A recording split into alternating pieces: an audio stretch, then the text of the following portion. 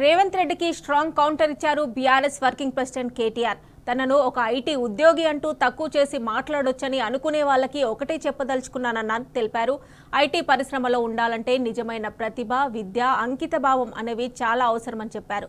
కానీ సంచుల కొద్ది డబ్బులతో ఎమ్మెల్యేలను కొనడానికి, ఢిల్లీ బాస్లకి డబ్బులు పంపించడానికి ఇవేమీ అవసరం లేదని విమర్శించారు. ప్రపంచవ్యాప్తంగా ఉన్న ఐటీ ఉద్యోగులు ఎంతో కష్టపడి వారి జీవనోపాధిని పొందుతున్నారని తెలిపారు. ఐటీ అనుబంధ సంస్థల్లో ఉన్న అక్క చెల్లెలకు, అన్నదమ్ములకు సలాం చేశారు. మీ మేధస్సు, అవిశ్రాంత శ్రమే ఆధునిక సాంకేతిక ప్రపంచానికి వెన్నెముకని కొనియాడారు. మీరు లేకుంటే ప్రగతి రథచక్రాలు ఆగిపోతాయని చెప్పారు. మీ విద్యా అర్హతలకు, నిబద్ధతకు కొందరు యాక్సిడెంటల్ రాజకీయ నాయకులు సరితూగరని దుయ్యబట్టారు. అలాంటి వాళ్ళు ప్రవేశపెట్టే అనాలోచిత విధానాలకు మనం భారీ మూల్యం చెల్లించుకుంటున్నామన్నారు.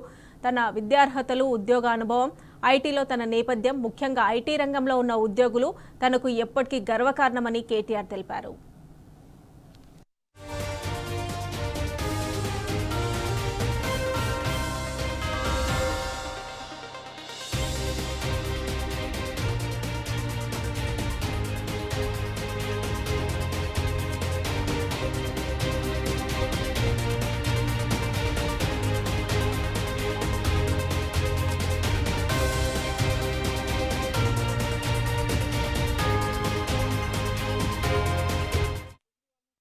రేవంత్ రెడ్డికి స్ట్రాంగ్ కౌంటర్ ఇచ్చారు బీఆర్ఎస్ వర్కింగ్ ప్రెసిడెంట్ కేటీఆర్. తనను ఒక ఐటీ ఉద్యోగి అంటూ తక్కువ చేసి మాట్లాడొచ్చని అనుకునే వాళ్ళకి ఒకటే చెప్పదలుచుకున్నానని తెలిపారు. ఐటీ పరిశ్రమలో ఉండాలంటే నిజమైన ప్రతిభ, విద్య, అంకితభావం అనేవి చాలా అవసరమని చెప్పారు. కానీ సంచుల కొద్ది డబ్బులతో ఎమ్మెల్యేలను కొనడానికి, ఢిల్లీ బాస్లకి డబ్బులు పంపడానికి ఇవేమీ అవసరం లేదని విమర్శించారు. ప్రపంచవ్యాప్తంగా ఉన్న ఐటీ ఉద్యోగులు ఎంతో కష్టపడి వారి జీవనోపాధిని పొందుతున్నారని తెలిపారు.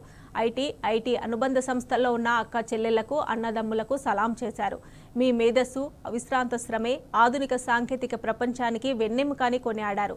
మీరు లేకుంటే ప్రగతి రథచక్రాలు ఆగిపోతాయని చెప్పారు. మీ విద్యార్హతకు, నిబద్ధతకు కొందరు యాక్సిడెంటల్ రాజకీయ నాయకులు సరితూగరని దుయ్యబట్టారు. అలాంటి వాళ్ళు ప్రవేశపెట్టే అనాలోచిత విధానాలకు మనం భారీ మూల్యం చెల్లించుకుంటున్నామన్నారు. తన విద్యార్హతలు, ఉద్యోగ అనుభవం, ఐటీలో తన నేపథ్యం, ముఖ్యంగా ఐటీ రంగంలో ఉన్న ఉద్యోగులు తనకు ఎప్పటికీ గర్వకారణమని కేటీఆర్ తెలిపారు.